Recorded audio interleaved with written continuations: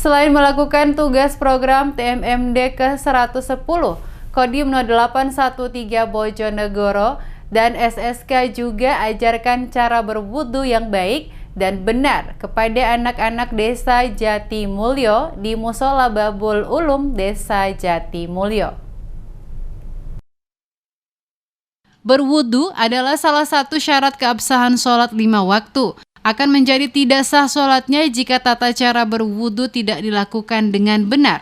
Sore hari, seusai melakukan pengerjaan sasaran fisik TMMD Letnan 1 Korps Kesehatan Militer Suroto dan SSK TMMD ke-110, Kodim 0813 Bojonegoro ajarkan cara berwudu yang baik dan benar kepada anak-anak Desa Jatimulyo di Mushola Babul Ulum Desa Jatimulyo.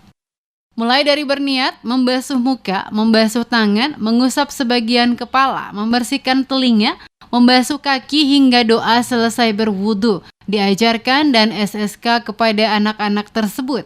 Dengan adanya pembelajaran tersebut, dan SSK TMMD ke-110 berharap dapat menambah wawasan kepada anak-anak Desa Jatimulyo tentang cara berwudu yang baik dan benar sebelum dilaksanakannya sholat. Pada kesempatan sore ini kami telah mengajarkan bagaimana tata cara berwudu yang baik dan benar kepada adik-adik di Desa Jatimulyo.